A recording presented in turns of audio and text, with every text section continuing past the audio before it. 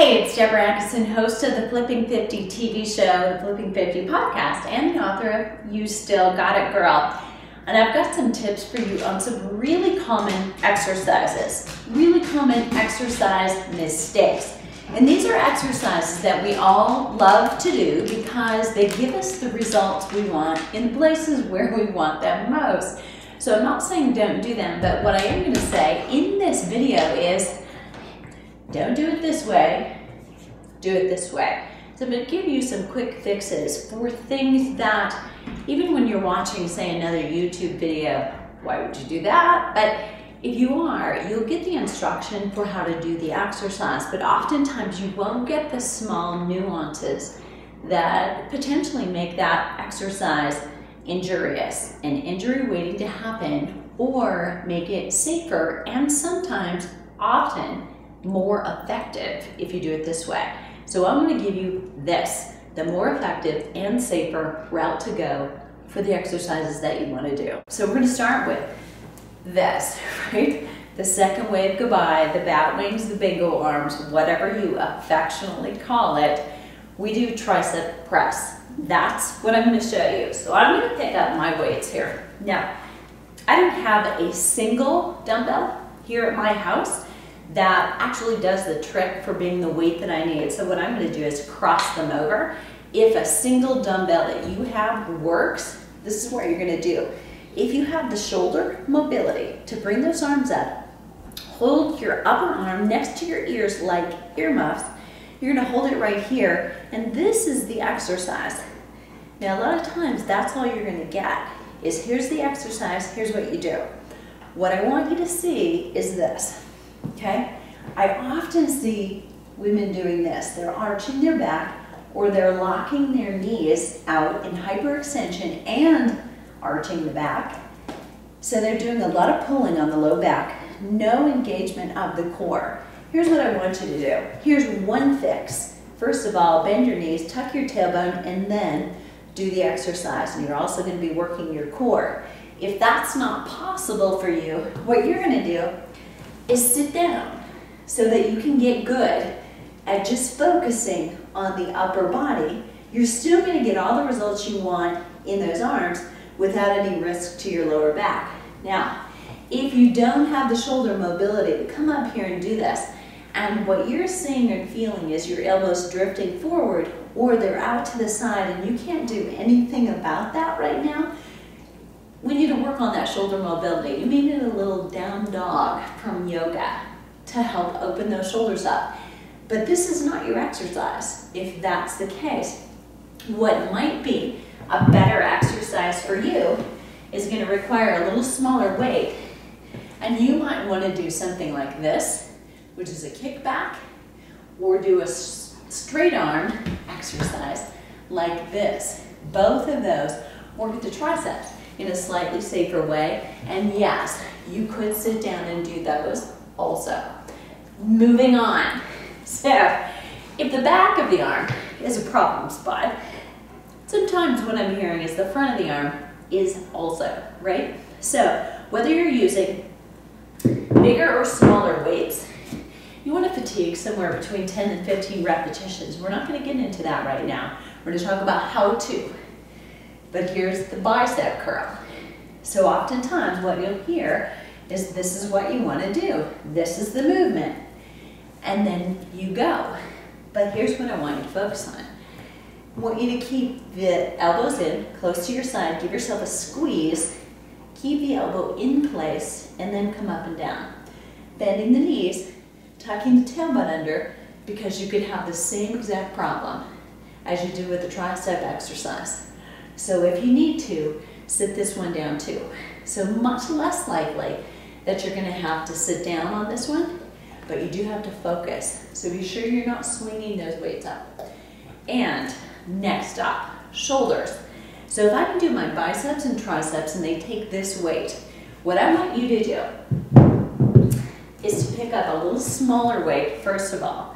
When you go to your shoulder exercise, even if you think you could push that weight up in the air, err on the conservative side first, because all of these little muscles in a ball and socket joint are complicated, and they make this joint far more complex than, say, the hinge joint at your elbow.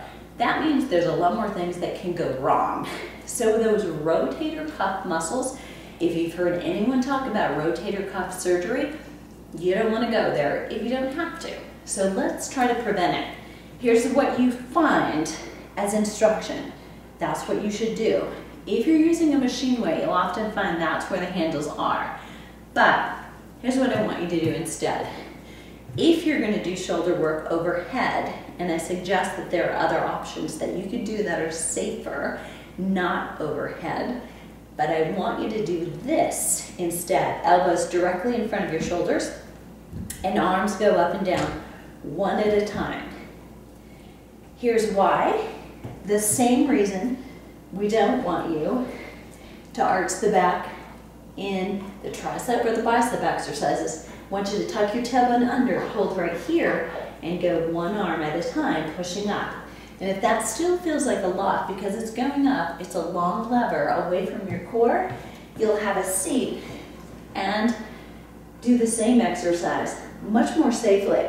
And very likely you'll be able to focus on the shoulders, not be thinking or distracted by any fatigue happening in the lower back. So let's talk a little bit about your core and your lower back in doing some leg exercises, okay? So I'm going to start with this. Here's what I think about crunches. From the expert that I consult, Stuart McGill from Waterloo in Canada, basically we only have so many forward flexions in our lumbar spine.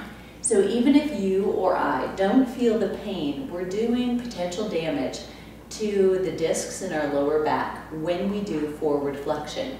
We only have so many of them. If we have thicker spines, we're even more vulnerable. We have fewer forward flexions in us before we're injured. And we don't know about the thickness of our spine in most cases until it's too late. So what I'm going to show you is a very common core exercise, right?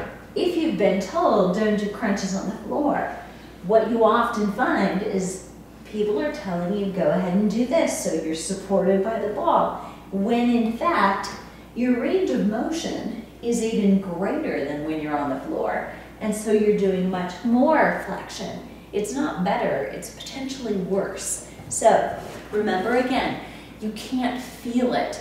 You may feel like, oh, that's really working, but you're not feeling the pain or the problem that you're causing in the back. So if there's a better way, and there is, why not do the better way, the one that comes with no risk? So flip this over, bring yourself into a plank position, and just be right here. Now, if you want to make this more interesting, you can do all kinds of things, like pick up one leg at a time and make your core balance and not let you go anywhere. But this is the kind of exercise that even elite athletes are doing. Not crunches, they're doing the kind of work that makes them stabilize through their spine. So the weight comes in and out, or the arms come out and back, making it more difficult, or we do what's called stir the pot, and we take the ball around in a circle and then around in the opposite direction. A much better and safer way to do core using the ball. Now, last but not least, I have to move my friend, and I'm going to show you a bridge using the ball. Not do this, but do this. Looks like this. So as I lay down, here's the most common mistake that I see.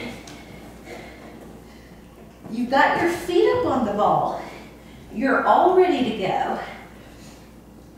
And when you lift, you come up here, and oftentimes what I'll hear is that I can't do that because there's a lot of pressure on my knees. That causes me pain in my knees.